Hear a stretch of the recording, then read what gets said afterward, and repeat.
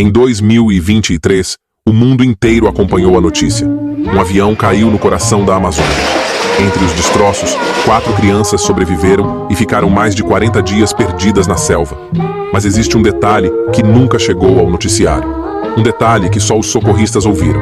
Quando foram encontradas, a mais velha delas repetia a mesma frase, sem parar. Ele aparece quando o sol vai embora. Durante o resgate, os voluntários começaram a ouvir passos pesados à noite. Um deles jurou ver 2 olhos vermelhos brilhando no escuro. Anos depois, um dos socorristas voltou ao local. Durante a madrugada, a floresta ficou em silêncio absoluto até que algo enorme se aproximou. Ele segurou a lanterna. Lentamente, abriu o zíper da barraca. E antes mesmo de sair, sentiu o chão tremer. Todos os galhos ao redor estavam quebrados, como se algo gigantesco tivesse passado por ali. Apontou a luz em direção à mata, e lá estavam eles. 2 pontos vermelhos, fixos, parados, olhando de volta.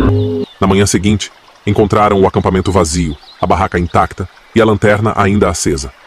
Moradores dizem que, quando a noite cai, uma sombra com chifres surge entre as árvores. Chamam-no de o guardião das noites eternas, e quem o encontra nunca volta.